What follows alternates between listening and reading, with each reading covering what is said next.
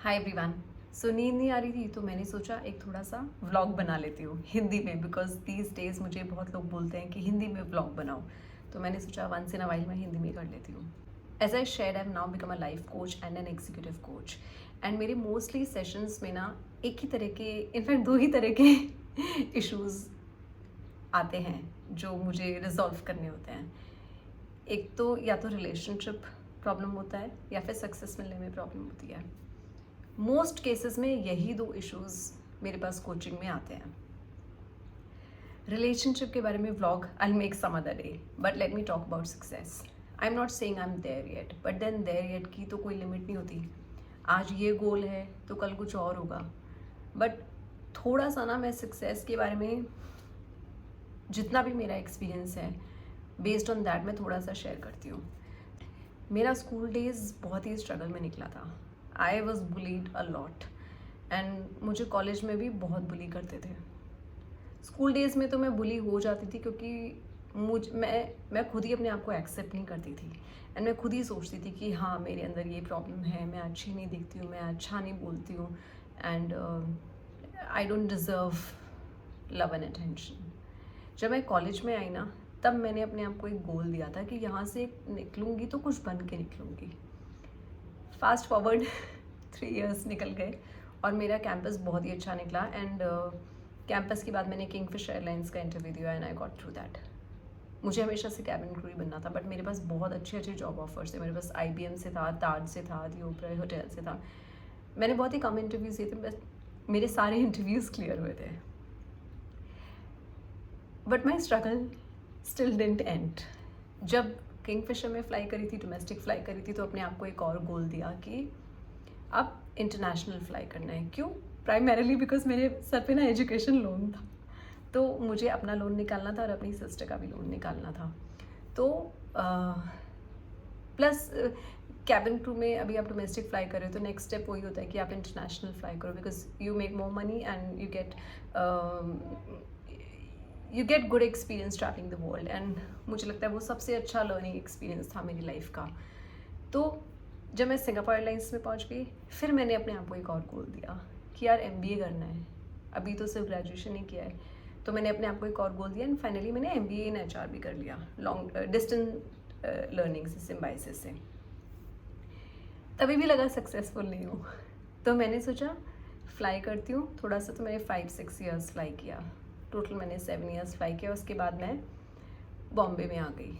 बॉम्बे आ गई मैं वापस, मतलब इंडिया आ गई। मुझे फ्रीलांस एक्सप्लोर करना था, मुझे अपना क्रिएटिव साइड एक्सप्लोर करना था, वो भी मैंने किया, अच्छे से किया। जब वो हो गया तो लगा कि अभी भी सक्सेस नहीं मिली, तो मैं ये IT कंपनी में आ गई। अभी IT कंपनी में मैं अच्छा कर रही हूँ, डिसेंट कर रही हूँ। मुझे हमेशा से कॉर्पोरेट में काम करना था, बिकॉज मुझे लगा कि that would be my next step after aviation. अभी मैं ये नहीं बोल रही कि यू शुड बी कंटेंट और आप बैठे रहो और अपने आप को गोल मत दो, बट यार ये ना मैटर ऑफ फैक्ट है कि you will never feel that you are doing enough, you will never feel that you are successful. Success क्या होती है पता है? एक तो बिट्स एंड पीसेस में आती है हमेशा, and like for example my definition of success has changed more times than the number of goals I've given myself all these years. And right now, my definition of success is balance between what I have to do and what I love to do. Fortunately, I'm doing that now. And success के बारे में मैं ये भी बोलना चाहती हूँ कि बहुत लोग सोचते हैं कि ईजी मिल जाएगा, शॉर्टकट मिल जाएगा, एंड कुछ स्ट्रगल नहीं करना पड़ेगा। इनफैक्ट लोग स्ट्रगल करने को अवॉइड करते हैं। एंड मैं एक और चीज़ यहाँ पे बोलती हूँ कि जो आप रियल लाइफ में भी स्ट्रगल करते हो ना, like I am staying away from home and I do household chores all by myself, and then I go to work, and सब काम मैं अपने आप ही करती हूँ। अपना सब कुछ मैनेज करना है, accommodation, paying bills, managing my life, day to day life, everything मैं खुद ही करती हूँ। ये भी अपने आप में एक स्ट्रगल होता है, बट मुझे एक चीज़ पता है कि लाइफ में ना कुछ ईजी नहीं आता, कुछ भी ईजी नहीं आता।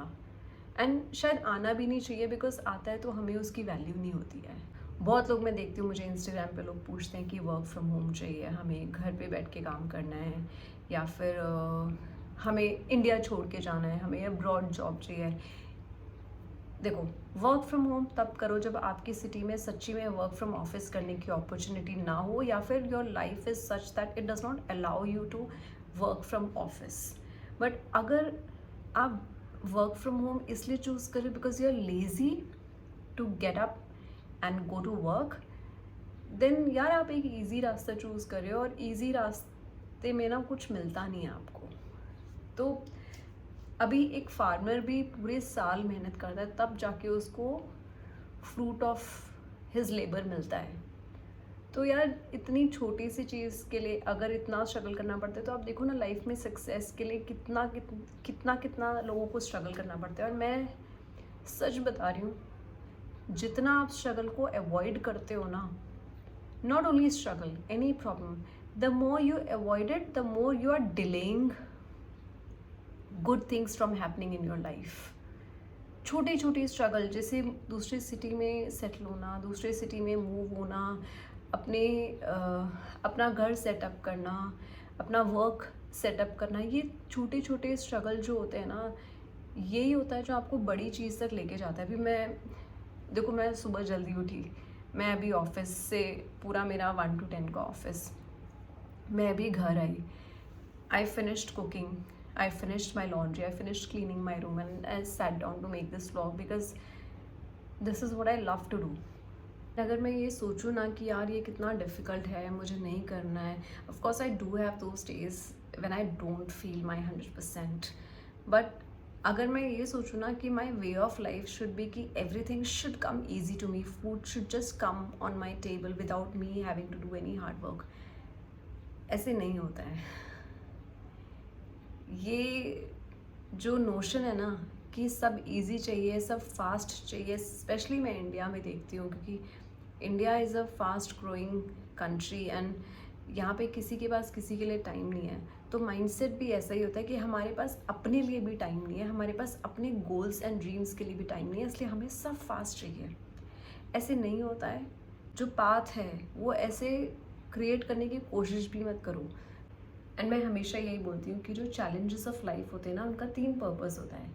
It makes you stronger, it prepares you better for the future, and lastly nothing worthwhile comes easy in life.